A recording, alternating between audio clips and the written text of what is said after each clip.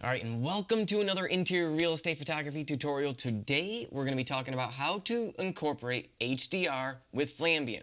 So we're not really doing HDR to, you get HDR images. We're using HDR to get a better ambient or base layer. And that's what I want to show you how my process goes, how fast it is on site. And a lot of times I don't use the HDR image, but I always take a 3-image bracket at 2 stops apart just to be safe in case there's some issue where just the initial ambient layer didn't have enough dynamic range in it. So this is what I do. Initially, when I first load all my images in, I pretty much, and I'm not going to start with all of them, but we're going to start with pretending this is the first image. And I've already done all my bumps. We're going to reset this anyway. I come over here to do my layout first bump right here, and I make some other adjustments like the shadows up, maybe the highlights down a little bit, but not much. I don't like to tweak it too much, and that's all I do. And I'm going to highlight that first one, and then if you were to come over all the way to the end and shift and select them all and hit this sync button and hit sync, it would sync them all. I've already done that to all my images. If you do drone photos, if you have other images, with a different camera, obviously you're going to want to do the presets for those. But all my interior and just walking around the house, all the exteriors, I do that initial preset to all of them. And then what I do is first off, I take my 3 brackets and I will merge them, highlight them all, right click, photo merge, and then HDR. Now what I do is, I'm going to show you a picture here at the top of my camera. I have my custom 1 dial set to take HDR brackets. And so what's nice about doing it that way is that when you're in, at least on my camera, if you're in HDR mode, it will not fire the flash. So you don't have to worry about turning your flash off and turning it back on or turning the trigger on and off or anything like that. You just turn the dial to custom 1, and I like doing custom 1 because that is the first thing I'm going to do. So I have it on custom 1, which is my HDR bracket, and then I will turn it to custom 2, and that's where I'm going to take my flash pop. And for most of my stuff, I'm using that Godox MLCD15 with the on the Explorer 600 flash. So once these are grouped, we have our HDR image. I'm just going to leave it like that. And then this is my flash pop. And now with a ceiling like this, which is a good tutorial, we see a ton of shadows, and that's going to cause orange shadowing when we convert this to Flambient in Photoshop. So this is what I like to do. We're going to take, and this ceiling also has a lot of color cast. We have green coming in from the foliage outside. So here's another trick you can do. I like to right click this one and come to create virtual copy. And so this one, what we can do is just play around with the saturation and get that done. But here's an easier way to do that to make it a little bit cleaner. You can come down here to your HSL sliders, make sure saturation is checked, and click this little dial right here, up and down arrows, and we're going to click and then just hold down and pull down, and it's only going to pull out the colors that we need it to pull out. That'll help to blend it. And just look, even if there's shadows, it's okay as long as the ceiling's white. And we could also maybe bump the exposure on that ceiling just a little bit. Let's see, something like that. Because remember, we're only focusing on the ceiling because this is our HDR copy. So we'll use this to do a ceiling repair once we blend everything together. So let's highlight this one. This is our base layer. This is our ceiling repair.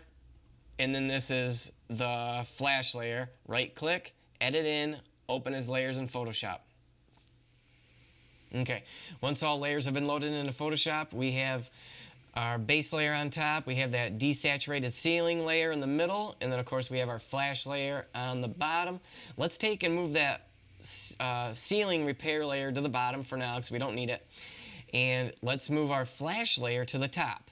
Now this is what I like to do is we're going to bring out the color of the flash, so we get rid of those color casts and just change it to color mode.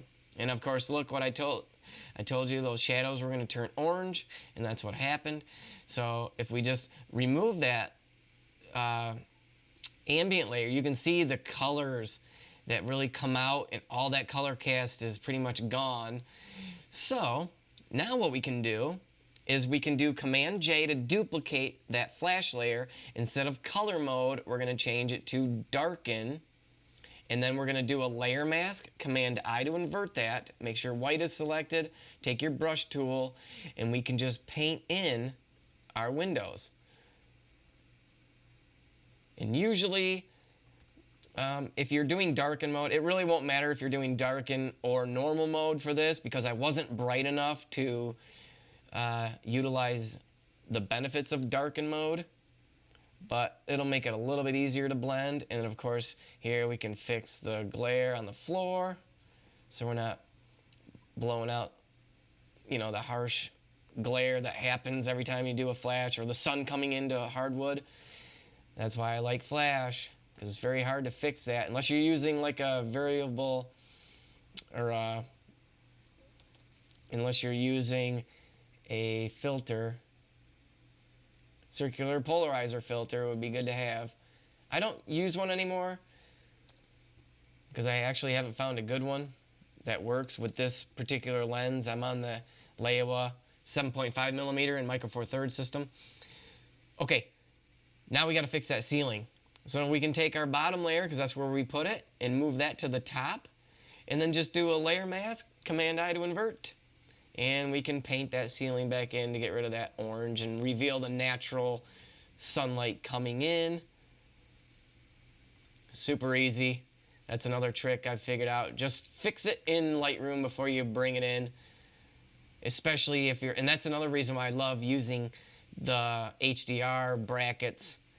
You know, and I found that 2 stops apart, 3 brackets, 2 stops apart is good. And just let the camera do it, and then switch it to a different custom mode to where it's not set to HDR. So hopefully your camera has that option. But there we go, nice and clean. If we toggle that on and off, it got rid of those shadows. So that's what I like to do. If it's a complicated ceiling, or like a ceiling fan or something where it's creating a lot of shadows, instead of trying to run around and do multiple flash pops to eliminate the shadows, see if you can make it work with the ambient layer and then desaturate it or whatever, or clean it up with a virtual copy and use that as your kind of like your ceiling repair layer. Most of the time you can get away with that. So I like this. We're gonna flatten this, and then we're gonna Command S to save it. It'll bring it right back into Lightroom for us. And then I'm gonna just do my interior final bump here. Now here's another trick I like to do, is I start with the black slider, and I hold down Shift, and I double click on it. And I double click on the whites, and I double click on shadows and highlights, and then up to contrast, and then exposure again. And then what I like to do one last time is come down to blacks and double tap that again. Sometimes, because you made all these other corrections, that it will drop or decrease the blacks again for you. And of course you could come down here, and sometimes if the verticals don't look right, I love to use the guided tool, and you can kind of see where, and you can see how it's zooming in. So I like to get my slider or my little X right on that, and then hold it down, come down as far as I can, let off, and then come over here. This one needs to be straight.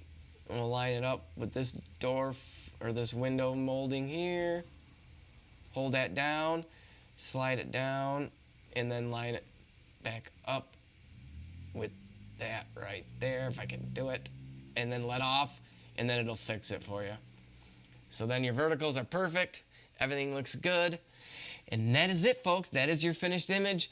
I hope this was easy to follow. If you have any questions on any of the processes that I went through, please leave me a comment. I respond to every single comment pretty quickly, actually. Leave me a thumbs up.